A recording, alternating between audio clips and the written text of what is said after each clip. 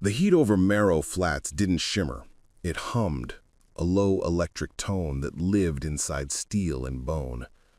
By mid-afternoon, the sun had bleached the tarmac to the color of old teeth, and every bolt, rivet, and length of wire inside the abandoned hangar seemed to hold its breath, waiting for a hand that remembered.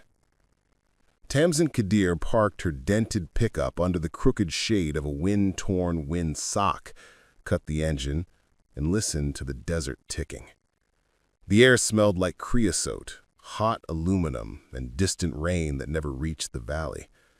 She closed her eyes for a heartbeat, feeling the weight of the folder on the seat beside her. Deed, letter, a single brass dog tag rubbed thin at the edges. She had read the letter 3 times in her apartment above the tire shop. Her fingers traced the angry, shaky script until the paper grew soft. She hadn't cried. She hadn't smiled. She had just loaded her toolbox and driven out where the road gave up its asphalt and let dust take over. Before we jump back in, tell us where you're from. If this story moves you, please subscribe. Tomorrow, I have a special story for you. The lock on the hangar door was old, but honest. It didn't fight when she worked it. It sighed. Tamsin rolled the big door along its rusted track, and a long blade of daylight cut across a floor striated with oil ghosts and tire memories. In the strip of brightness, dust danced like confetti for a celebration that hadn't started. She set the letter on the truck hood and read the first lines again, as if the desert might have changed the words. Tamsin, if you're reading this, it means I've done the cowardly thing and left you with the hard part. Forgive an old fool. The hangar is yours. What's inside should have been yours a long time ago. But it comes with one condition. Don't power anything until you've heard the whole story. My last wish. The signature under the last line still surprised her. Colonel Rafi Oslan, Ret. The man who had taught her how to change brake pads when she was 9, who had handed her a socket wrench with reverence the first time she asked, as if he were passing a baton instead of a tool. The man everyone in Marrow Flats called the Colonel, even when he stopped correcting them that he'd been Air Wing, not Army. The man who had left without a goodbye 6 months ago to see old friends, and ended up scattering his breath across a hospice room where the windows were fogged with stories. She pushed the door wider. The light rolled forward like a slow tide. The hangar was an encyclopedia of the Colonel's life written in metal. Racks of propeller blades wrapped in canvas like sleeping oars, shelves of avionics with masking tape labels in the neat block letters he'd learned to survive by. A row of fuel drums converted into work tables, their tops burnished by 1,000 careful circles. On the far wall, a ladder to a loft stuffed with crates and the busted wings of a hobby sailplane he'd sworn would fly again. On the nearest table, a coffee can full of cotter pins, and a photograph of the Colonel before the silver invaded his hair, young, lean, grinning with his flight line behind him like a promise he'd already kept. Tamsin moved through it like a priest through a sanctuary. She ran her fingers along the 1/4-inch sheet metal of a cowling, the grit catching her fingerprints, marking her. Tools hung in silhouettes on pegboard, spaces empty exactly where she would have left them. He had taught her that too. Finish a job as if you're handing it to yourself tomorrow. That way, no stranger can make a mess of your life. I'm here, she said softly into the cavern. Her voice sounded embarrassed to be the only living sound. Tell me what you want me to do. No answer, except the small percussion of cooling tin. The hangar felt large enough to swallow a person, and small enough to keep a secret. She found the breaker box behind a cabinet stacked with tires whose treads had grown slick with dust. A fresh piece of tape labeled, "Main breaker, wait," scolded her in the Colonel's handwriting. She smiled at that, half fondness, half irritation, and stepped back before temptation could grab her wrist. His last wish. Hear the story first. The office door stuck, and then yielded with a breathy gasp. Inside, the air was heavier, stale with unasked questions. A desk built from aircraft crate wood sat under the window, and on it a reel-to-reel tape recorder waited like a sleeping animal beside a neat row of labeled tapes. A post-it note with her name in those block letters was stuck to the first reel. Tamsin closed the office door, set her toolbox on the floor, and sat. The chair complained in the language of dry bearings. She threaded the tape the way he'd shown her when she was 13 and bored out of her skull, sitting here while he talked to pilots who came in looking for memory disguised as parts. The reel spun, the room filled with a hush that felt like rain that might almost fall. Then his voice, thin, tired, threaded with apology and something stubborn underneath. "If you're listening, Tam, I lost the argument with time. I'm not going to explain everything the way you deserve. There's not enough tape, and your patience was always better spent on machines than men. But this much is yours." She leaned forward without realizing, elbows on her knees, hands clasped so tight her knuckles felt like chalk. "I told you your mother left you because she was young and scared. That was true. I didn't tell you she was brave first. I didn't tell you she took the first engine apart that ever sang in your hands and put it back together with the kind of calm that makes men think miracles are easy. She was the bravest mechanic I ever knew. And if I didn't love her, I was the fool everyone said I was." He coughed, the sound catching on the tape like a thorn. "I kept a promise to her. I kept it for 20 years. It's kept this town safe and guilty in equal measure.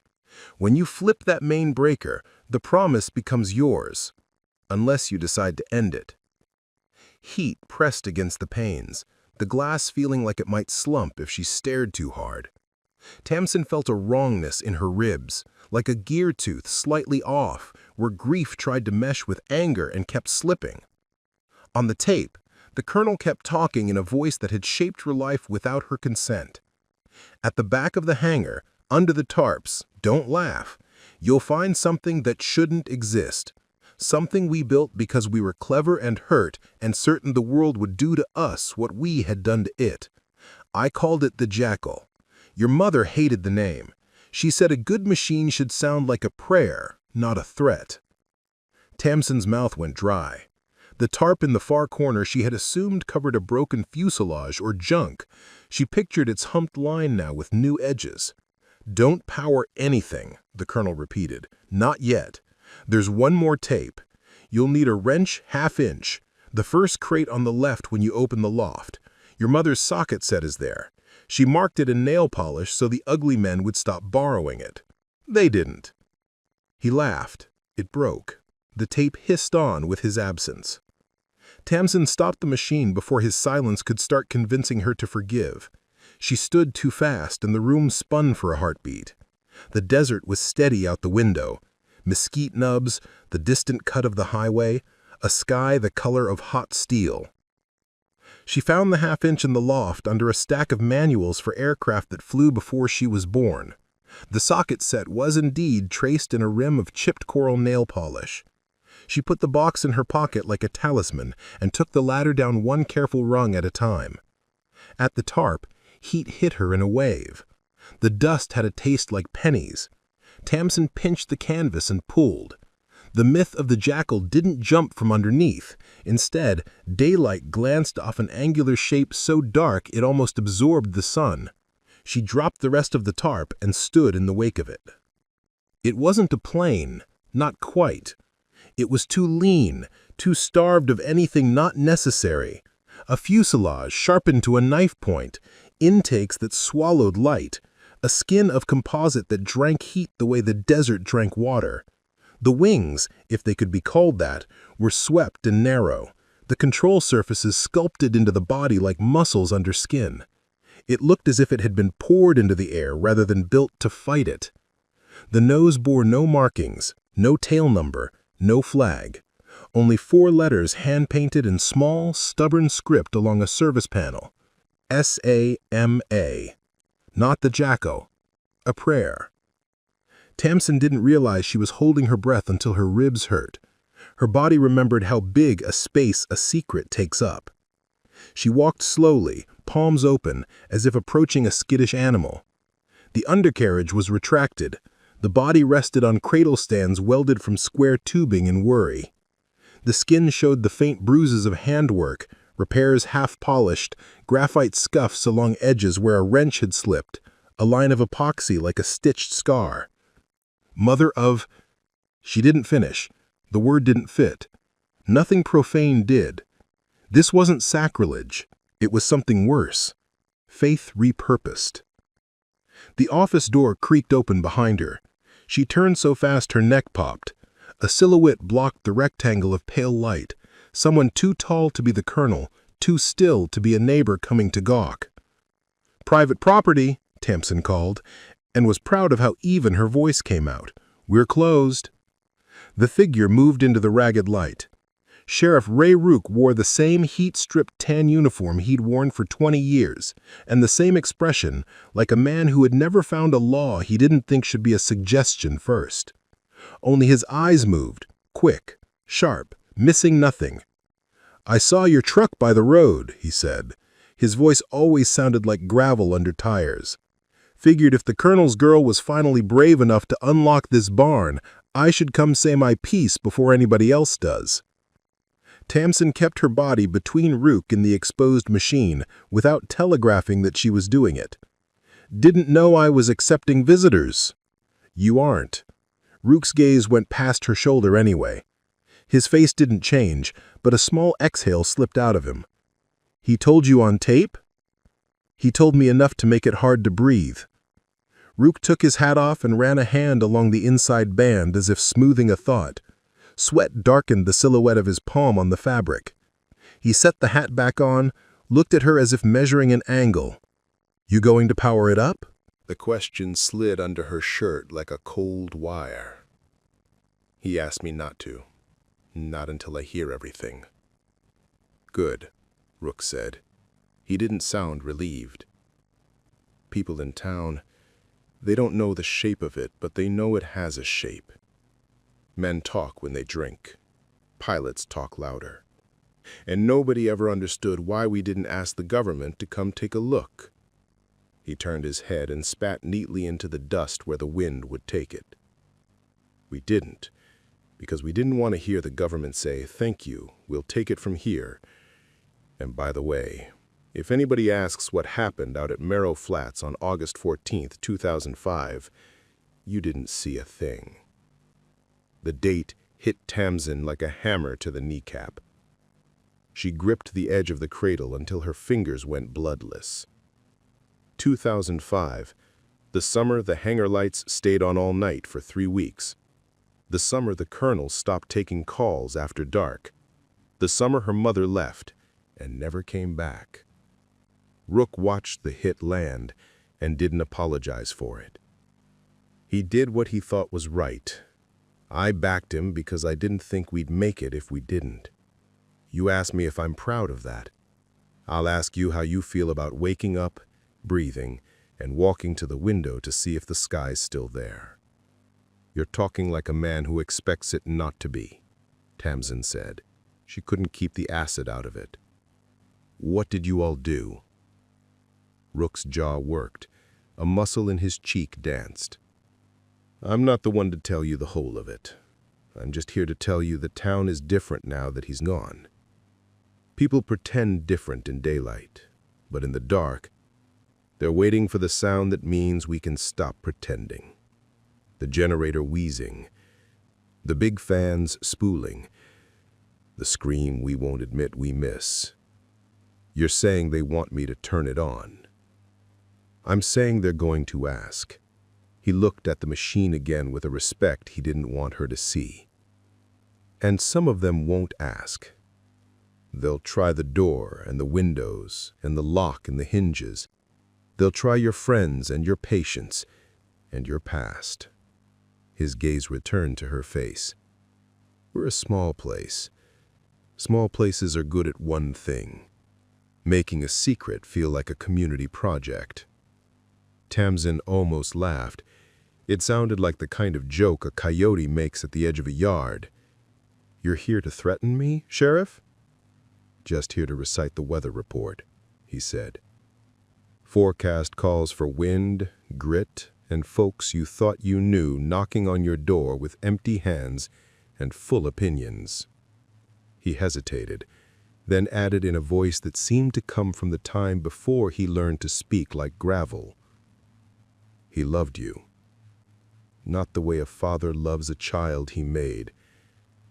The way a man loves what he promises to keep alive." The tape in the office clicked, as if to say, "Amen." That evening, before the light bled out of the valley, Tamsin dragged a cot into the office and slept the broken sleep of people too tired to be careful. Twice she awoke to the sound of feet on gravel and stood in the darkness with a wrench in her hand, listening to her heart pick up a rhythm that felt like an engine searching for idle. The first time it was only wind. The second time, it was someone moving along the hangar's side, stopping where the panels overlapped. She held her breath, counted to 30 the way the colonel had taught her when she thought she'd suffocate during her first weld, and heard the someone move on. Morning cracked itself across the flats. Tamsin made coffee with water the color of a rumor and drank it from a mug that said, in the colonel's handwriting, "Don't touch this unless you are me." She threaded the second tape. "If you made it to morning," the colonel began in a voice that had slept badly for years, "you've also made it past the worst of my cowardice.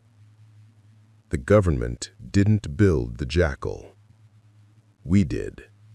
We had help, a small company that disappeared after the funding dried up, a test pilot who drank the wrong kind of courage, a mechanic with nail polish on her tools, and a way of looking at a problem that made it feel already solved. You know that last one. We built it because a friend died over the border for the wrong reason, because no one with a badge would correct the wrong reason, because sometimes smart people become the kind of fools who think they can balance a scale with their own hands." Tamsin listened with her eyes closed, not because she couldn't look, but because she could hear better that way. Tiny sounds under his words, paper brushing a sleeve, the scrape of a pencil he still used to make thoughts more durable, the thin whistle of an old lung. "On August 14th, 2005, the colonel said, and the date didn't knock him down this time. We did what we shouldn't have. We tested in the air and in the wrong place, above a line men draw on maps and then pretend is a river you can drink from and be changed. We flew at night. We kept the engine under a blanket until we needed to see if it would burn for us instead of on us. It did. It burned like a promise. It tipped the night into a kind of day the ground didn't know what to do with. People heard, people saw. The next morning, 2 men with neat hair and shoes that didn't collect dust were waiting with questions and a smile that looked borrowed. They didn't ask for the Jackal. They asked for me and your mother." The tape hiccuped, then continued, his voice slower. "I told them no. She told them no with the sentence that made them think twice about their hands. The sheriff, Rook, told them no with a law that sounded like it still had teeth. They went away. The next day, a man who didn't look like he liked shoes visited the diner and asked the waitress if she knew anyone who worked with airframes. That night, a boy cried because the sky sounded wrong. The day after, a pilot I knew since Desert Storm called me and said, 'Aslan, shut it down. Somebody is going to come shut it down for you, and they won't leave anything standing but the shadow.'" Tamsin felt a pressure behind her sternum that wanted to break something. "So you shut it down," she said to the tape, though she knew he couldn't hear her. "And you kept it like a snake in winter." "Not exactly," the colonel said, as if he'd heard. "We promised the town. We promised each other. We promised a ghost or two. We said this: if the sky ever changes again, and not the way clouds do, not the way spring tries, but the way men with perfect hair make it change, then we bring the jackal out. If one of us dies and the other is left, the other finds someone who can hold a wrench without dropping it and a promise without breaking it. That was you. It should have been you from the start. I told myself I didn't want to pull you into the worst thing I ever made. The truth is, I didn't want you to look at me and see I had become a man I didn't want you to learn from. The tape stopped. She flipped it, hand steady in the way a hand can be when the heart is not. The reels spun again. If you decide to power her, the colonel said, you'll find the fuel where you always hated I kept it. The generator needs coaxing the way I do coffee. The start sequence is in the manual with the blue spine, the one without a title, because names make things easier to find when they shouldn't be. But before you do any of that, there's a letter in the bottom drawer. It isn't for you. It's for the town. Read it to them, then decide. You need to decide fast because the moment someone sees the door open 2 days in a row, they'll bring their decisions to your feet and call it help. He coughed again, and this time the sound was a little like the end of a runway. I made one more promise, he said softer. I promised your mother I would tell you why she left. She didn't run from you. She ran from the person the jackal was making her into. Clever without kindness. She thought I could hold on to kindness if I held on to you. She was right for a while. When she didn't come back, I started using my kindness like spare parts. A small noise, almost a laugh. You can't do that forever. Machines break. People do too. The tape snapped off, abrupt as a hand on a switch. The reel spun down into silence. Tamsin sat very still. Dust moved in the shaft of light like it wanted to be useful and didn't know how. Outside, a truck door slammed. A voice called her name, bright and hopeful, the way people call from the road because they believe distance makes them softer. She considered not answering. She considered pretending the hangar did what it had done best, stayed locked and ignored. But the colonel had been right about the moment a door stands open twice. Decisions come like rain then, sudden, sideways, uninvited. She stepped into the light, blinking at the square cut from the day. 3 figures walked up the gravel. Sana, who ran the diner and had once handed Tamsin a plate of eggs and said, if you don't eat something with color, I'll tell the sheriff you're stealing ketchup. Idris, who fixed radios and talked too loudly when he was nervous, and Pastor Elroy, who never called himself that if you were a woman under 50 because he thought you didn't need God to have your mind changed by a man.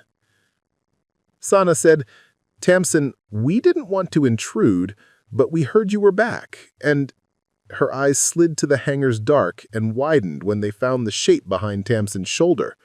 Oh, Idris said, whoa, which was his best word and worst habit. Pastor Elroy said nothing. He pressed his lips together in a way that meant he was deciding which flavor of prayer would travel fastest. We came to see if you needed casseroles, Sana said, recovering with a grace that made Tamsin love her more and trust her less. And to say the colonel was... She hunted for a word that wouldn't make anybody in this valley laugh at her. Good. We kept him, Pastor Elroy said, surprising her. We kept him when nobody else could. We know he asked you for something. How? We're a small place, Santa said. Secrets here make friends quickly. She cocked her head toward the office. He left a letter? Tamsin let them in because the alternative was to stand in the door like a fool and make hot air into a wall. She led them to the desk. The bottom drawer gave a little fox bark before opening. Inside, under a stack of invoices for things that should have kept flying and never did, a long envelope lay like a white stone. On the front, for whoever thinks they're the town, in the colonel's steady hand. They stood around the desk like jurors. Tamsin broke the seal. The paper smelled like the office. Dust, pencil lead, coffee that had been too strong too long. She read, Friends, I don't know who you'll be when this is read, but I know what you will feel. You will feel scared and righteous and itchy with the need to act. I know these feelings. They are good and dangerous. 20 years ago, a night turned bright, and I told you we'd only do it again if the sky asked. You'll say the sky is asking now. You'll be right, because the sky is always asking. You'll be wrong because not every question is ours to answer. Here is what I ask instead. Listen to the person I left this to. If she says no, let the no be a roof you stand under. If she says yes, then you keep your hands off the switches and your mouths off the phones, and you come when asked, not before. If she says maybe, you bring her water and you don't gossip. Whatever she says, you remember this. No machine saves a town. People do. No machine keeps a promise. People do. A machine only amplifies what you already are. If you are afraid, it will make you terrifying. If you are brave, it will make you dangerous. If you are kind, it might make you a miracle. Choose before you choose to turn it on. Santa's hands were folded in front of her, knuckles white inside their soft.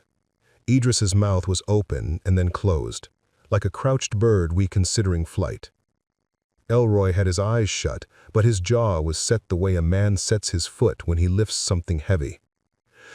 Outside, another truck rattled in, then two. Voices layered on top of the desert, the thin fabric that always tears first. Tamsin felt the heat climb. Sweat ran down the inside of her shirt like a fault line. Idris went to the door and looked. "Half the town," he said, not quite disbelieving, "and the sheriff." Rook stood at the top of the drive, hat low, hands out. He wasn't trying to look harmless. He didn't know how. He was trying to look like a gate that would only open if you had something better than opinion in your hands. Santa touched Tamsin's arm. He was right. We came. You all came for a show, Tamsin said, too tired to be graceful. There isn't one. Then make there be one, Idris said, too fast. You heard the news, Tam. They're flying drones over the farms. Cheap ones, slow ones, but enough to scare the old man into thinking the war we never had is finally patient. They won't let the co-op ship this week. People are scared. They're mad. They want to know we're not just prey. Elroy said, Fear turns people into mockeries of themselves. So does pride. Give them something that isn't either. Tamsin looked past them at the shape under the tarp, which was no longer under a tarp. She felt the weight of the socket set in her pocket and the weight of a town on her sternum like a knee. The colonel had always made his decisions in the time sunlight moved across a hand. She had always measured twice and still cut wrong. She said, Give me the day. Tell them to go home. I'll speak at sundown. Santa nodded once and left to do what women like her did best. Borrow authority from a man who never asked and return it polished and more useful. Elroy followed more slowly. He'd choose words that wouldn't shame anyone who changed their mind when the dark got loud. Idris hovered. You'll let me help? He asked, half question, half hope. Maybe, she said, too sharp. If I need a radio tuned, if I need a rumor killed. He flinched, then grinned because he thought he meant the first thing and not the second. When the hangar was quiet again, Tamsin rolled the service stairs to the side hatch and climbed. The panel with Sama painted on it came away under the half-inch like a door that had waited for a knock from a particular knuckle. Inside, under a stack of invoices for things that should have kept flying and never did, a long envelope lay like a white stone. On the front, for whoever thinks they're the town, in the colonel's steady hand. They stood around the desk like jurors. Tamsin broke the seal. The paper smelled like the office.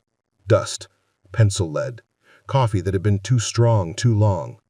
She read, Friends, I don't know who you'll be when this is read, but I know what you will feel. You will feel scared and righteous and itchy with the need to act. I know these feelings. They are good and dangerous. 20 years ago, a night turned bright, and I told you we'd only do it again if the sky asked. You'll say the sky is asking now. You'll be right, because the sky is always asking. You'll be wrong, because not every question is ours to answer. Here is what I ask instead. Listen to the person I left this to. If she says no, let the no be a roof you stand under. If she says yes, then you keep your hands off the switches and your mouths off the phones, and you come when asked, not before. If she says maybe, you bring her water and you don't gossip. Whatever she says, you remember this. No machine saves a town. People do. No machine keeps a promise. People do. A machine only amplifies what you already are. If you are afraid, it will make you terrifying. If you are brave, it will make you dangerous. If you are kind, it might make you a miracle. Choose before you choose to turn it on. Santa's hands were folded in front of her, knuckles white inside their soft. Idris, his mouth was open and then closed, like a crouched bird reconsidering flight. Elroy had his eyes shut, but his jaw was set the way a man sets his foot when he lifts something heavy. Outside, another truck rattled in, then two. Voices layered on top of the desert, the thin fabric that always tears first. Tamsin felt the heat climb. Sweat ran down the inside of her shirt like a fault line. Idris went to the door and looked. "Half the town," he said, not quite disbelieving. "And the sheriff." Rook stood at the top of the drive, hat low, hands out. He wasn't trying to look harmless. He didn't know how. He was trying to look like a gate that would only open if you had something better than opinion in your hands. Santa touched Tamsin's arm. He was right. We came.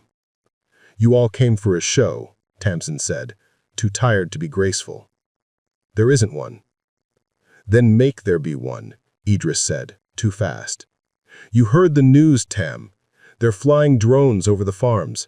Cheap ones, slow ones, but enough to scare the old men into thinking the war we never had is finally patient. They won't let the co-op ship this week. People are scared. They're mad. They want to know we're not just prey." Elroy said, "Fear turns people into mockeries of themselves. So does pride. Give them something that isn't either." Tamsin looked past them at the shape under the tarp, which was no longer under a tarp. She felt the weight of the sockets set in her pocket and the weight of a town on her sternum like a knee. The colonel had always made his decisions in the time sunlight moved across a hand. She had always measured twice and still cut wrong. She said, "Give me the day. Tell them to go home. I'll speak at sundown." Santa nodded once and left to do what women like her did best. Borrow authority from a man who never asked and returned it polished and more useful. Elroy followed more slowly. He'd choose words that wouldn't shame anyone who changed their mind when the dark got loud. Idris hovered. "You'll let me help?" he asked, half question, half hope. "Maybe," she said, too sharp. "If I need a radio tuned, if I need a rumor killed." He flinched, then grinned because he thought he meant the first thing and not the second. When the hangar was quiet again, Tamsin rolled the service stairs to the side hatch and climbed. The panel with Sama painted on it came away under the half-inch like a door that had waited for a knock from a particular knuckle. Inside, under a stack of invoices for things that should have kept flying and never did, a long envelope lay like a white stone. On the front, "For whoever thinks they're the town," in the colonel's steady hand. They stood around the desk like jurors. Tamsin broke the seal. The paper smelled like the office. Dust, pencil lead, coffee that had been too strong too long. She read, "Friends, I don't know who you'll be when this is read, but I know what you will feel. You will feel scared and righteous and itchy with the need to act. I know these feelings. They are good and dangerous. 20 years ago, a night turned bright, and I told you we'd only do it again if the sky asked. You'll say the sky is asking now. You'll be right, because the sky is always asking. You'll be wrong, because not every question is ours to answer. Here is what I ask instead. Listen to the person I left this to. If she says no, Laughter. It loosened throats. Rook didn't laugh. He watched the road. This thing. She hesitated. What to call it mattered. She could hear her mother's voice.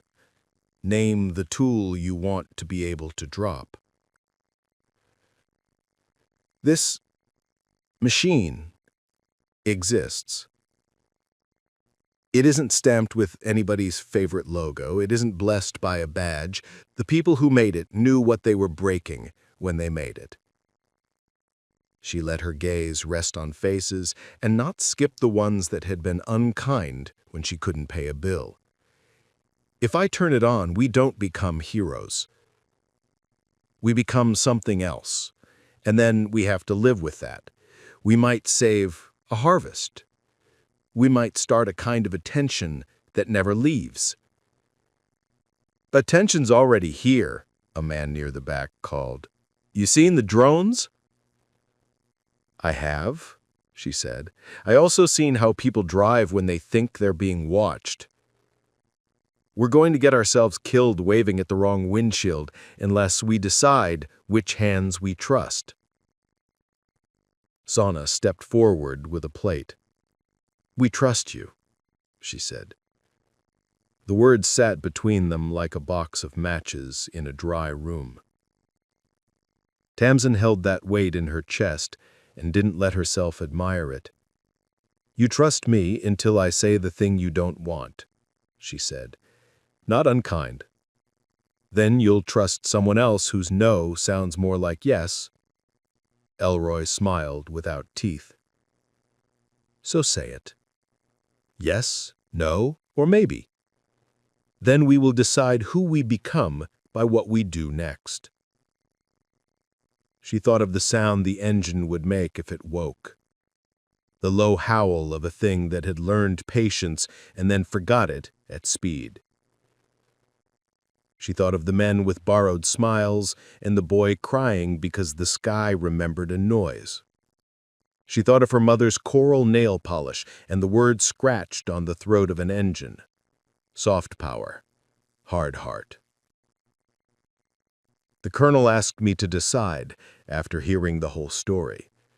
I haven't. There's someone else who knows a piece I don't. The test pilot.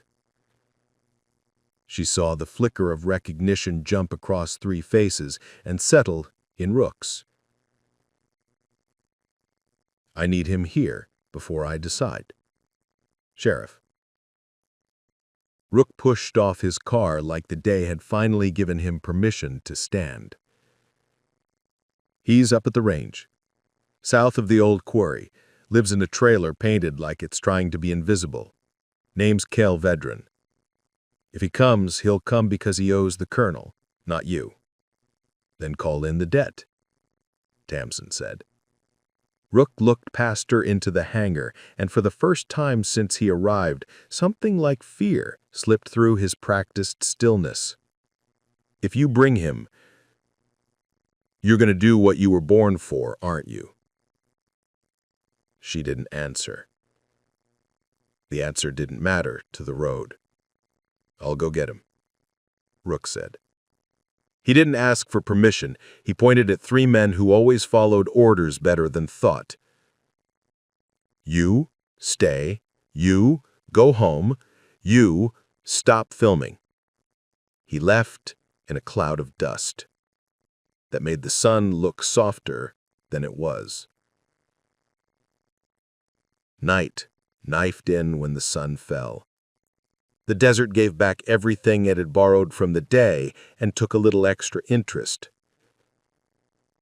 People stayed because people are stupider in groups and smarter in neighborhoods. They lit lanterns. They told stories about the colonel that left out the parts where he was tired and mean.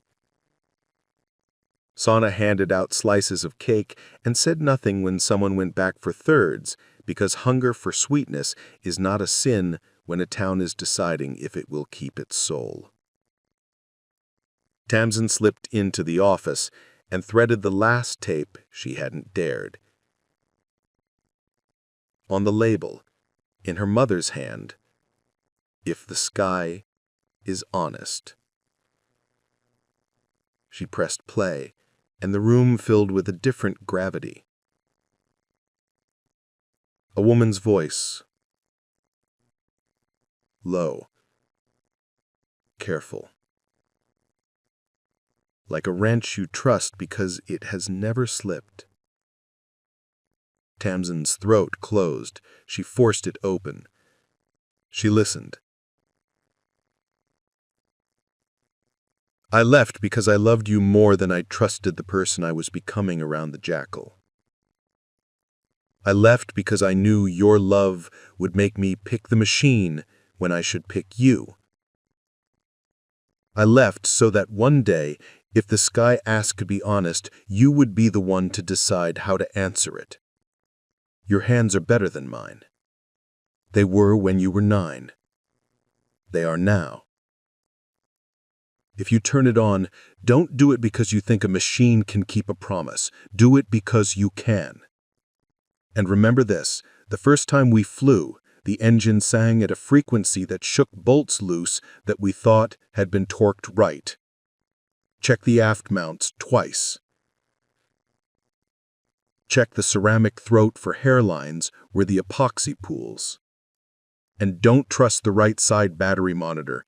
It lies when it's afraid. Like me." The tape clicked off without a goodbye. It didn't need one. The room had to remember how to hold air. Tamsin rested her forehead on the desk and breathed until her ribs remembered their work. Headlights drew lines across the hangar floor. Rook returned with a vehicle that sounded like it held something reluctant. A man climbed out of the passenger side and stood for a long second, like the ground had to agree to him. Cale Vadron looked like a photograph the sun had written on too many times. Scars in the shape of instruments crossed his forearms, where the cockpit had insisted he be its friend. His eyes were the blue of not enough sleep. He saw Tamsin and didn't bother to hide that he saw her mother in the angle of her jaw. "Don't look at me like I'm an answer," he said, before she could speak. "I'm only a way you might get to one."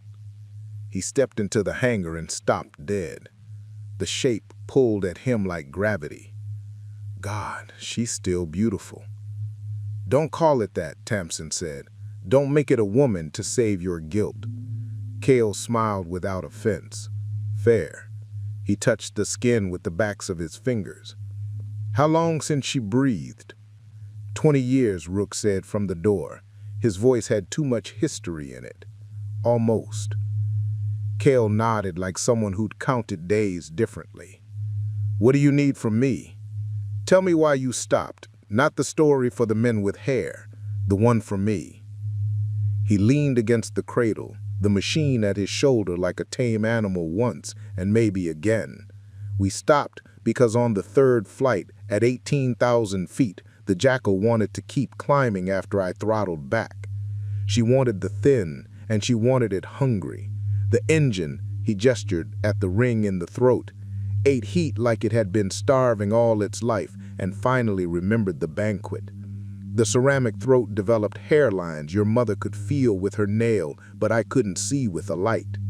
We patched, we learned, we promised we'd fly again when the world didn't look like it would punish us for being able."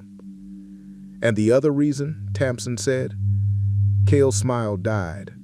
"The other reason," he said quietly, "is because on that third flight, a jet with no markings flew off my wing and then vanished like it had never learned the courtesy of being seen. We weren't alone. Somebody with money and quiet was also playing with the sky. We landed, and the colonel said the town gets to keep its children if we keep our mouths shut. I wasn't brave enough to argue. I was just brave enough to live." "Do you think we should turn it on?" Elroy asked from the door, because the night makes pastors think their questions are group property. "I think," Cale said, not looking at him, "that if you do it because you picked who you want it to be, and not because fear picked for you. He looked at Tamsin again and let whatever else he knew sit down in his eyes. If you turn it on, you don't get to turn it off again, not in here. He touched his chest, where men point when they want to be profound and honest at once. It becomes part of your breathing. Sana sipped in with coffee that had grown its own weather. She said people outside are freezing without admitting it. If you're going to say something, say it before they decide to turn into a mob for warmth. Tamsin stood. The room shifted as if the hangar itself had decided to lean a little toward her. She felt for the socket set in her pocket and left it there. She felt for fear and didn't chase it. She walked to the doorway and found every face that had ever told her no lined up with every face that had ever brought her a sandwich when she stayed late to finish a brake job. The town looked like a heart with too many chambers. She lifted the colonel's letter and read it into the wind. The words stuck on some people and slipped off others. When she finished, the silence was not empty. It was full of hands putting themselves into pockets to keep from reaching for switches. I'm going to make a choice, and I'm going to own it. Not because I think a machine can save us, because I think we can save each other better if we know whether we are brave or just loud. She turned to Rook. If I turn the generator on tonight, the wrong ears will hear it. We'll have visitors by morning who don't bring cake. Rook nodded once. Yes. Then we don't, she said. We do this under daylight or not at all. She looked at Kale. Can we do a cold spin without fuel? I want to hear what the bearings say before I ask anything else to speak. Kale's face did a thing that might have been respect without permission. We can whisper with it. We can ask it to remember. She turned back to the town. Come at sunrise if you want to know what a promise sounds like when it's still deciding whether to be kept. She hesitated, then added because the desert likes a dare. If you come to fight me, stay home. The town broke like a wave against a rock and withdrew. People packed chairs, carried dishes, kissed cheeks, made threats with kindness in them. Rook stood until the last tail light quit the road. Sana hugged Tamsin once so hard the rag in her back pocket jumped. When the hangar was itself again, the night laid its ear against the roof. Tamsin and Kale stood by the machine as if they were the only two people left awake.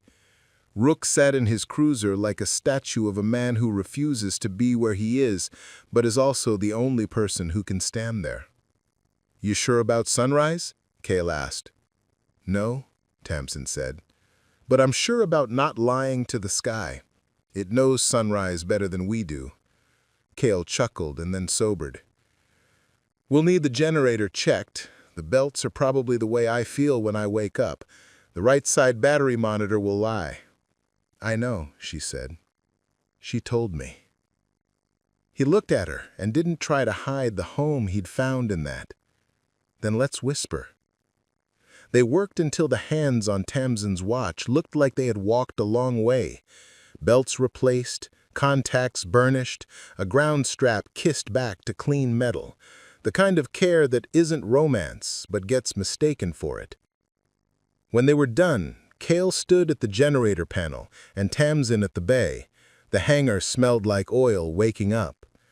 Ready? Kale asked, hand hovering over the switch that wasn't the main breaker, the small one that would send a question down the line without announcing it to the valley. Tamsin took a breath deep enough to count as a vow. Do it. He flicked the switch. The generator coughed, caught, stumbled, and then found a rhythm that had survived years of being ignored. The lights didn't come on. They didn't need to. The machine under her hands vibrated a note so low it felt like a memory in bone. Listen, Kale said softly. She did. Bearings spoke. Mounts answered. Somewhere a relay clicked like a cricket trying to decide if it should sing tonight. The ceramic throat didn't complain. It exhaled the tiniest sigh. It remembers, Tamsin whispered. She hadn't meant to. The words came and brought their own heat. A shape appeared in the doorway. Rook, hat off, hair flat with the kind of tired that knows its own name. You're not alone. A truck just parked at the road with its lights off. 2 men inside. Hair probably neat. Can't tell. They didn't come to bring cake. Cale reached for the switch. Wait, Tamsin said, her hand flat on the skin of the thing that shouldn't exist and now did under her palm. The generator's hum was a thread around her wrist. The truck outside sat like a punctuation mark that could be anything. She closed her eyes and pictured the start sequence. She saw the steps line up like teeth on a gear.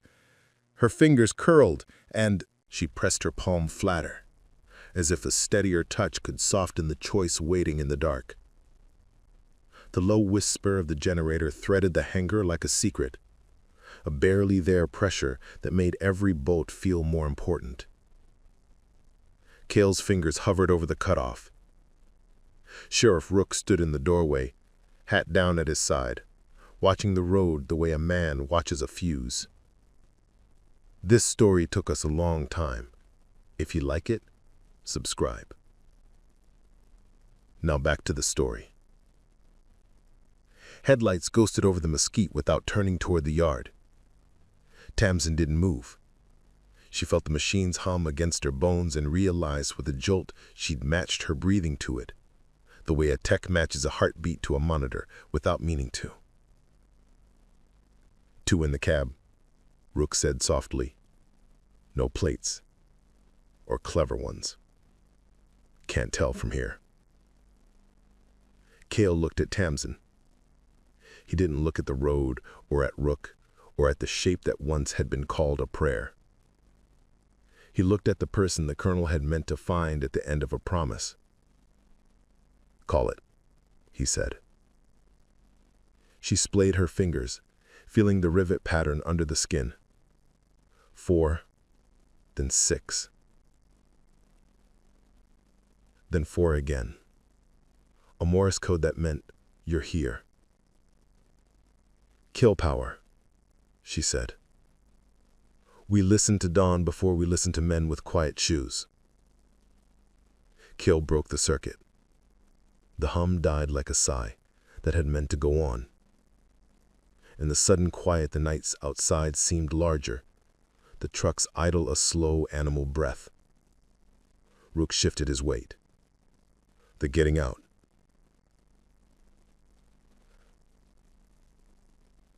Let them walk. Let them say what they came to say in a place with walls. If we give them the yard, they'll think they own the sky. Rook's mouth crooked, approval's faintest cousin. He stepped aside and made a door out of himself. 2 men approached. Suits pressed as if heat were a rumor. One carried a soft case that could hold a laptop or a lie. The other was empty-handed and so twice as dangerous. Miss Kadir, the empty-handed one said, and the desert sweat on his temples didn't dare become a drip. We're here on behalf of...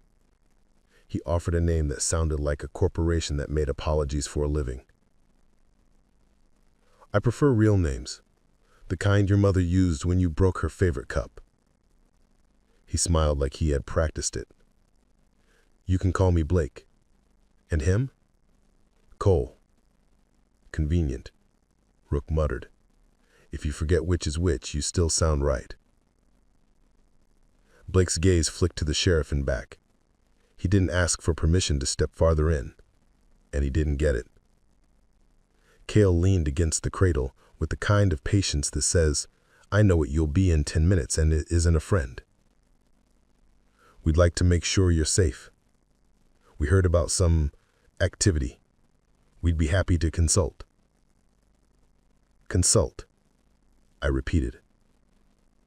On my property? On national security matters that may cross your property by accident, Cole offered, non-committal and smooth. Accidents don't bring soft cases. They bring toe chains. Blake's smile didn't quite fit anymore. No one is here to threaten you. Then say plainly what you want. You save time when you use a wrench the right size. Blick inclined his head. We want to ensure that certain legacy equipment, experimental in nature, remains dormant, for the safety of all. We haven't powered anything. We've mourned, we've cleaned. He inhaled, and I watched him set a chess piece in his mind. Good. Keep it that way. In exchange, we can ease some pressures. Your co-op shipments, for instance. We can make the drones find other skies. Rook's jaw ticked. You could have done that yesterday. Blake didn't blink. We needed to know we were talking to the right person. Then you don't know this town. There is no right person. There's a lot of wrong ways we get right together. Cole's eyes had been wandering, cataloging. They found the open service panel with SAMA on it and paused just long enough for Tamsin to know he'd seen what he needed. What you have is illegal. Even if it isn't powered, even if it's a memory. Illegal can be forgiven, until it can't. Then arrest the dead man who made it, and see how far that takes you in a town that brought cake to a vigil. Cale stifled a laugh that didn't have humor in it. Blake opened the soft case and produced a folder with too few pages to be harmless. A memorandum of understanding. A promise. You promise not to energize any system in this facility.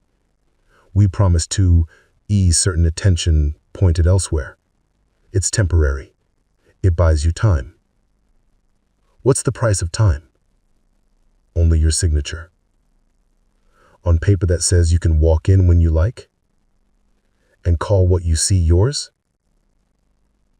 Blake met Tamsin's gaze again, and something like respect moved through his eyes the way a snake moves under scrub. Fast, wary, real. If you sign, we leave tonight. If you don't, we'll come back with people who don't use doors. The hangar seemed to hold its breath so hard the girders creaked.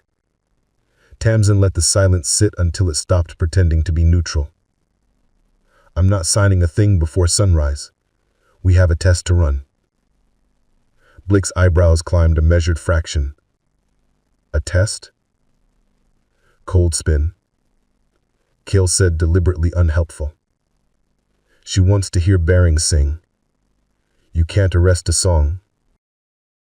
Blake closed the folder and slid it back into the case, as if putting away a knife he hadn't earned. We'll be on the road. He glanced at Rook. At the road. A correction, not a request. If you power anything, Miss Kadir, you'll find we can move very quickly. I believe you, Tamsin said. That's why I'm not doing it at night. They left with the same careful steps they had arrived with. Rook watched them go until night swallowed their silhouettes. You just told men who collect secrets for breakfast that you'd feed them toast at dawn, Cale said, bold. No, Tamsin said, honest. She wiped her palm on her jeans and found it came away clean. The machine's skin had kept its dust to itself. I'm done lying to rooms and to myself. Rook put his hat back on. I'll call the pastor. Tell him to bring coffee strong enough to make a choice pay attention. They slept in shifts, if the kind of drift a body does on a cot can be kindly called sleep. Tamsin woke twice, once to wind, once to thoughts. The second time she stayed awake and listened to the hangar breathe. She repeated the start checklist in her head like a psalm she didn't plan to sing. Dawn found the valley with both hands. The light came in low and sincere, sliding under the hangar door like a guest who doesn't want to wake the house. Trucks gathered at the road again, fewer this time, more serious. Men with neat hair waited in theirs, faces gray in their own reflections. The town clustered near the mesquite. Rook took his place where a gate should be. Tamsin stood at the panel with her mother's socket set in her pocket and a truth in her spine. Cale pressed the small switch that sent questions and not answers. The generator cleared its throat. Low voltage murmured along the cables.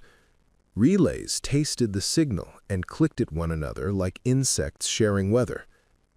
The machine trembled at a frequency so low it lived under bone. "Left side battery is honest," Cale said, eyes on the dials. "Right side needle's flattering us." "Let it," Tamsin said. "Truth is in the bearings." She leaned in, ear near the mount. A note she didn't remember answered. The lightest scrape at the aft brace. "Aft mount," she said. "She told me to check it twice." "Then let's check it 3 times to be interesting." They killed the whisper and unbolted access panels that had not moved since the world was simpler and noisier. The aft mount's lower bushing had perished decorously in its sleep, cracked, dry, showing daylight in a place daylight shouldn't be. "2 options," Cale said. "Replace and pray we picked a better rubber, or—" "Machine is shim," Tamsin finished. "Pick our own geometry." "You any good with the Colonel's lathe?" She smiled with half her mouth. "He taught me to cut threads on it when I was 12. Rook drifted to the doorway, a question on his face he didn't bother to ask. "An hour," Tamsin said. "Tell the town the sermon is delayed." He tipped his hat and went to do what men who look like obstacles can sometimes do best, move people with the suggestion of gravity. They measured twice, they cut once. They scraped the burrs off with a patience that made the sun respect them. Tamsin pressed the new shim home and felt the mount's posture change. Not visible, but obvious. The way a person stands different when someone finally believes them.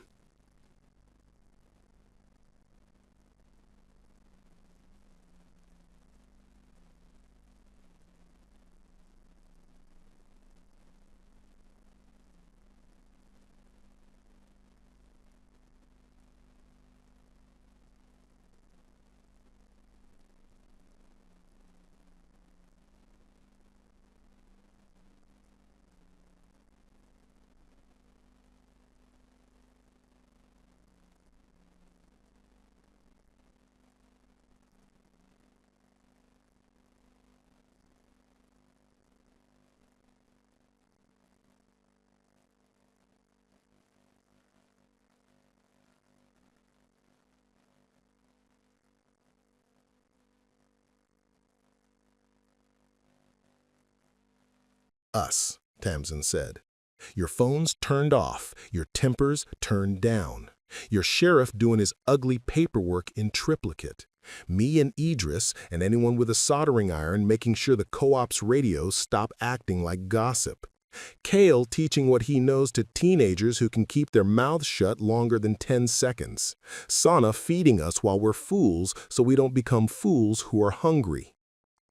A laugh, a curse, a shrug, a nod. The human weather changed by degrees instead of lightning. Blake's voice carried from the road, shaped into courtesy. "Miss Kadir, thank you for your prudence." She looked his way. "Thank me by moving your drones. Not today, not because I signed your paper, because you can." "We'll see what we can do," he said, and she heard the truth inside it they already had, or could have. People drifted, as people do when a fight doesn't give them the blood they feared and wanted.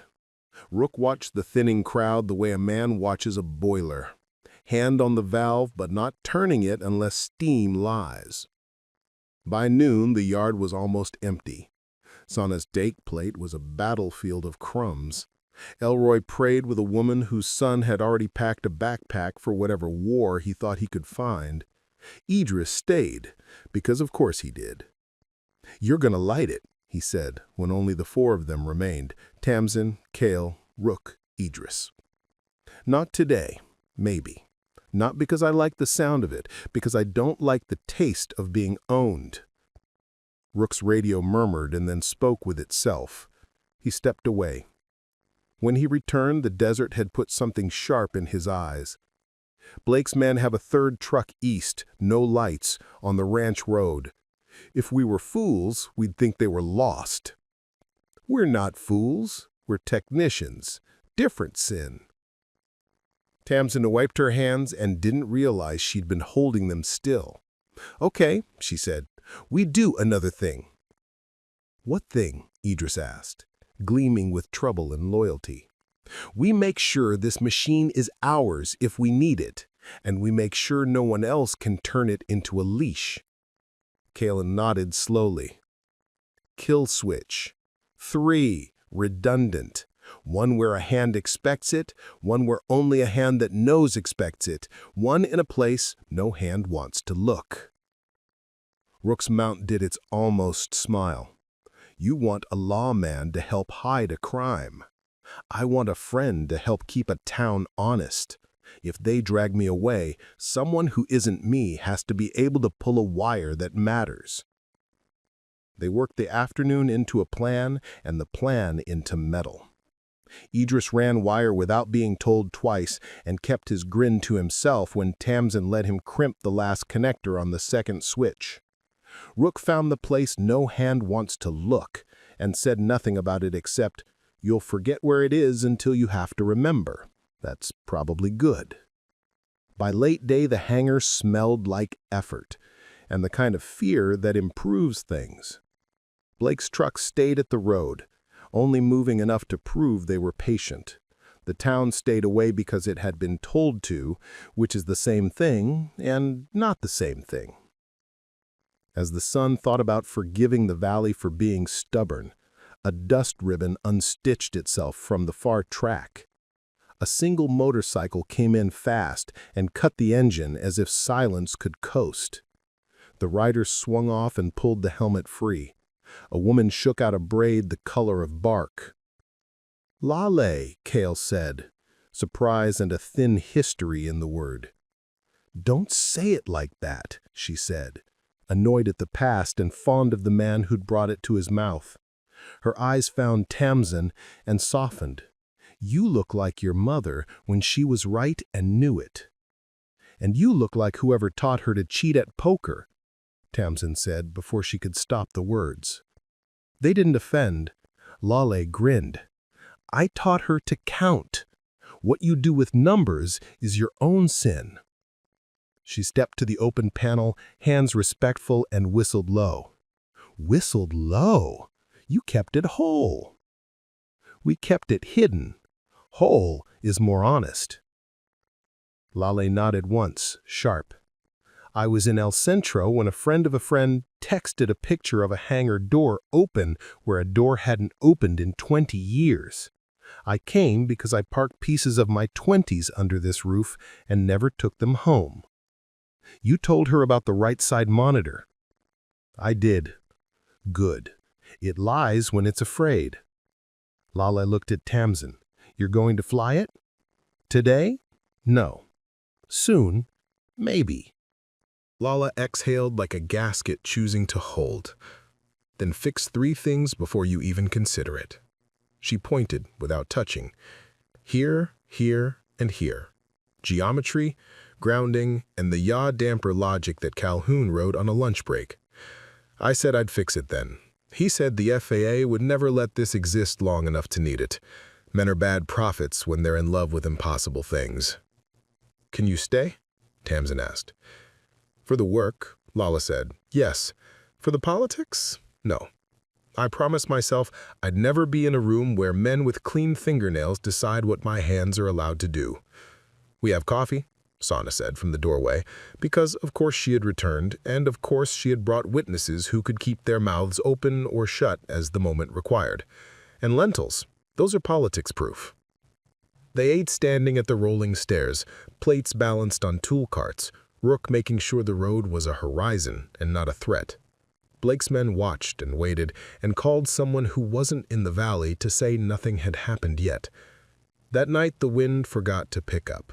Stars came on with an authority that has nothing to prove. Lala found the logic and swore at the person she had been for letting it leave her hands wrong. Idris learned to desolder with restraint. Cal told a story about a sky that had tried to swallow him and then spit him back for being impolite. Rook wrote in his notebook the names of people he'd never arrest and the one or two he might have to. Near midnight, Tamsin stepped outside alone. The hangar's concrete held the day's heat under her boots. She looked at the road and saw a shape where there should only be night, the suggestion of a third truck where Rook had said. She rubbed tired from her eyes and it didn't go away. "Stop looking at the dark," a voice said softly. "Sana, it doesn't become you." "I needed to," Tamsin said, "at least until morning." Sana stood shoulder to shoulder with her. "I watched you listen to a machine this morning, and I thought her mother would be proud. Then I thought her mother would also be scared. Good mothers are always both."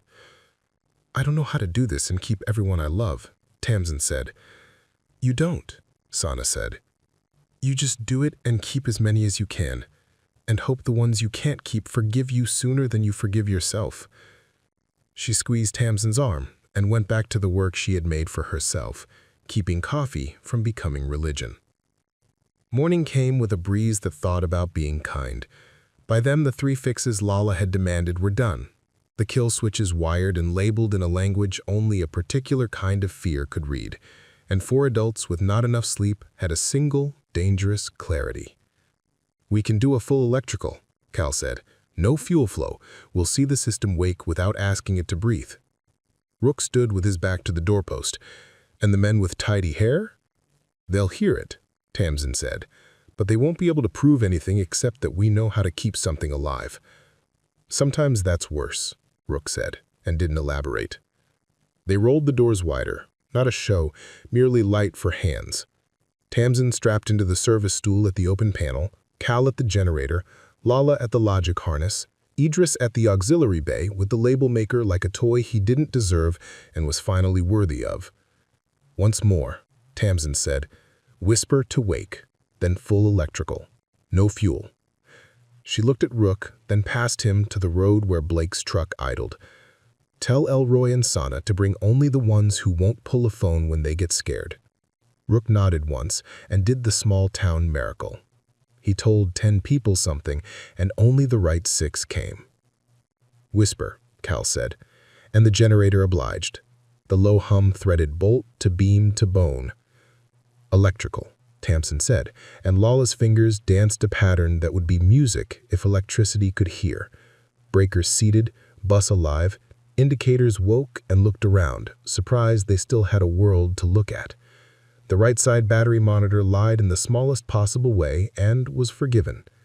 The ring in the throat did not glow because it had no reason to, but it felt like it remembered the color it would become when it did.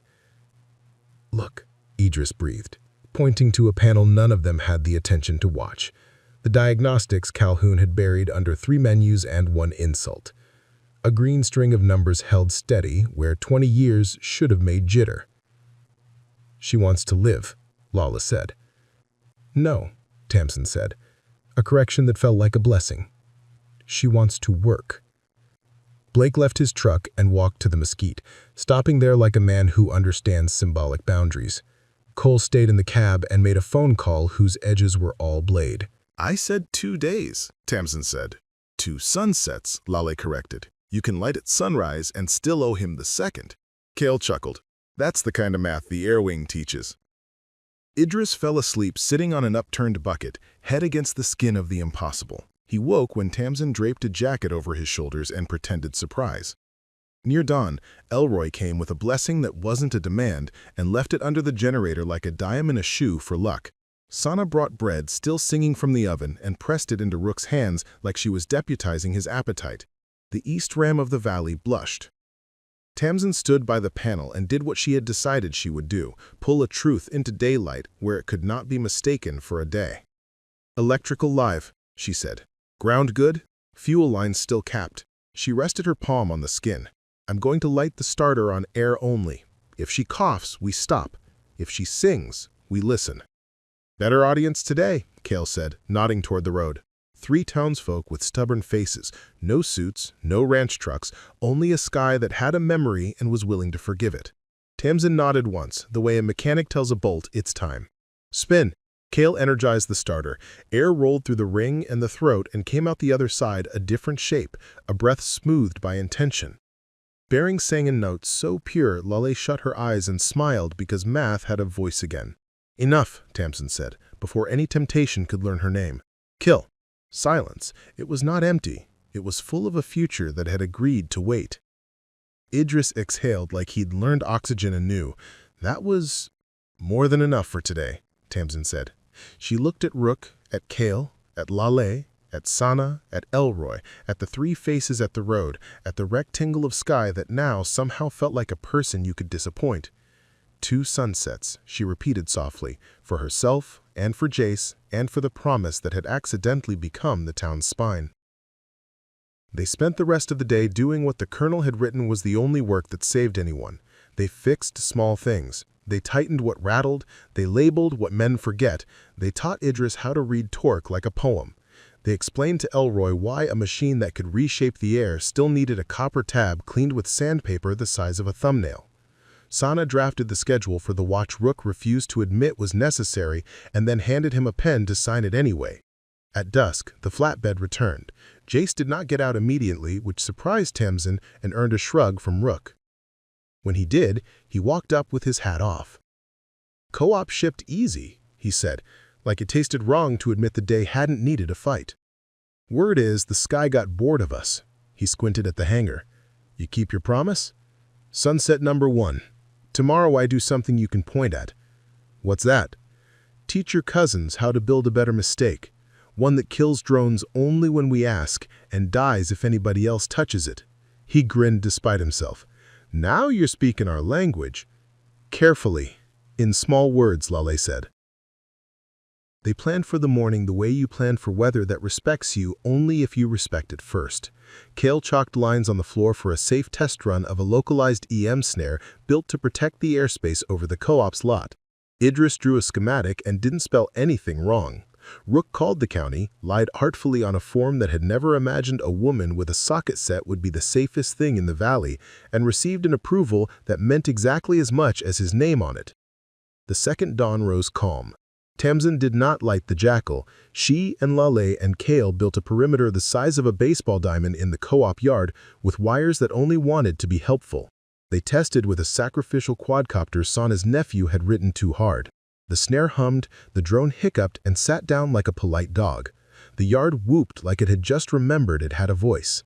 Sana cried without shame and without telling anyone. Elroy looked up, said something short to a god who had heard longer and worse, and smiled. Cale let out a breath that might have been 5 years old. Lale kept her eyes on the scope until both readings lay flat as truth, then shut it off with a flick that felt like an incantation. Jace turned to Tamsin, hat in hand. You said 2 sunsets, he said. You didn't say we'd sleep good through the second. She looked past him at the line of desert where, once upon a worse idea, a machine had burned night into a different day. She looked up at a sky that had asked a question and been told it could wait. She looked at her hands, which had chosen a story and then done the work to make it livable. We'll sleep, she said, and we'll keep watch. Both are holy. That evening, as people lingered with the habit of wanting to be near the place where a breath had been taken without consequence, Blake walked up alone. No soft case, no coal. Just a man in a suit that had acquired a wrinkle. I heard about your perimeter, he said. You moved the drones, Tamsin countered. He nodded once. We did. You did this instead. Your way is sustainable. It's ours, Tamsin said. He looked at the hangar, at the open panel, at the name painted there in small letters that refused to be legend. You're not going to light it. It wasn't a question. Not unless the sky is honest, and we can be too, she said. Not unless a child is in danger and there isn't time for your meetings. Not unless you show up with a paper that says my hands belong to you. Then I'll light it to remind you that they don't. Blake stared at her for a long heartbeat that felt like a clock changing its mind. "If someone else comes for it," he said quietly, "call me before you call anyone you'd have to miss after." He handed Rook a card he pretended not to have. "I prefer boredom," he added, and this time it sounded like a promise he wanted to keep for himself. Rook didn't take the card. Santa did. "We'll put it by the phone that doesn't make long-distance calls," she said, and slid it into her apron as if filing it in a church. The town decanted into night. The co-op yard slept without flinching. The hangar held its breath just enough to remember it knew how. Tamsin sat at the desk and played her mother's tape one more time, not to be told what to do, but to remember how a voice she carried in her hands had asked to be trusted. She wrote a new label in neat block letters like the Colonel had taught her. "This stays quiet until the sky is honest." She stuck it above the main breaker because some truths should be where a hand has to see them. On the third morning, the one she had not promised to anyone but herself, Tamsin closed the panel and put the socket set back in its drawer, the coral rim bright against old wood. Lale stood with her helmet under her arm, ready to ride. Cale leaned in the doorway with a posture that said his body would forgive him for not flying if his hands kept purpose. Rook rested in the shade like a hinge finely oiled. "You kept it alive without letting it own you. That's rarer than flight. Come back when the air smells like lightning. I might need you then." "I'll come anyway. I like your coffee." She hugged her quick and hard and was gone in a ribbon of dust that looked like a signature. Cale lingered. "You ever hear her sing for real? You call me. I won't say yes and I won't say no. I'll say, are you ready to live after? I'll call, even if it's to ask if you want to teach Idris how to torque a head without breaking its heart." He laughed and left by the slow road, the one you take when you're not sure where you're going is allowed to be called home. Rook put his hat on and stood. "You made enemies," he said, like a fact that could nod to itself. "You also made fewer than I expected. That's the sort of accounting I can live with." He looked at the hangar. "You're not alone." "I know. That's the part that scares me and saves me." He tipped the brim. "You kept your 2 sunsets. Tomorrow, you get to pick how you keep the 3rd. She watched him walk to the cruiser, write something in his notebook, then drive the road like he was promising it not to betray them. When she was alone with the hummed it wasn't, she walked to the panel, laid her hand on the label, and closed her eyes. "Okay," she whispered to the people who had made her, a mother who could feel hairlines with her nail, a colonel who hid a prayer in a machine because he didn't know where else to put it, a town that could bring cake to a vigil and stubbornness to a sunrise. Okay. The hangar didn't answer. It didn't have to. Outside, the co-op yard held its little perimeter like a promise that was small on purpose, big enough to save a harvest and humble a drone, not big enough to summon men with neat hair who thought boredom was weakness. The town moved through its day with an ease that meant it had remembered other kinds of work. The sky was, for once, only sky. Tamsin opened the office drawer and took out the brass dog tag with the Colonel's number thin from worry. She threaded it on a length of safety wire and hung it on a nail above the desk. The tag caught a shaft of sun and made a small, bright circle on the wall. A halo, the size of the truth she could live with. She locked the hangar, not the kind of lock that keeps thieves out, the kind that tells a friend, "I'll be right back." She walked to the diner because Santa would have already poured coffee, and because sometimes the bravest thing you can do after 3 days that almost changed your life is to eat eggs at a table where the only decision is whether you want them hard or kind. On the way, a boy on a bike rode a loop around her and shouted, "Miss Tamsin, the drones sat down like they were tired." "They were," she called back. "We gave them a chair." He rode on triumphant, sure of a world that had remembered how to be held. Behind her, the hangar stood patient and quiet and full of a thing that was not a threat and not a god, and maybe someday a miracle that knew who it belonged to.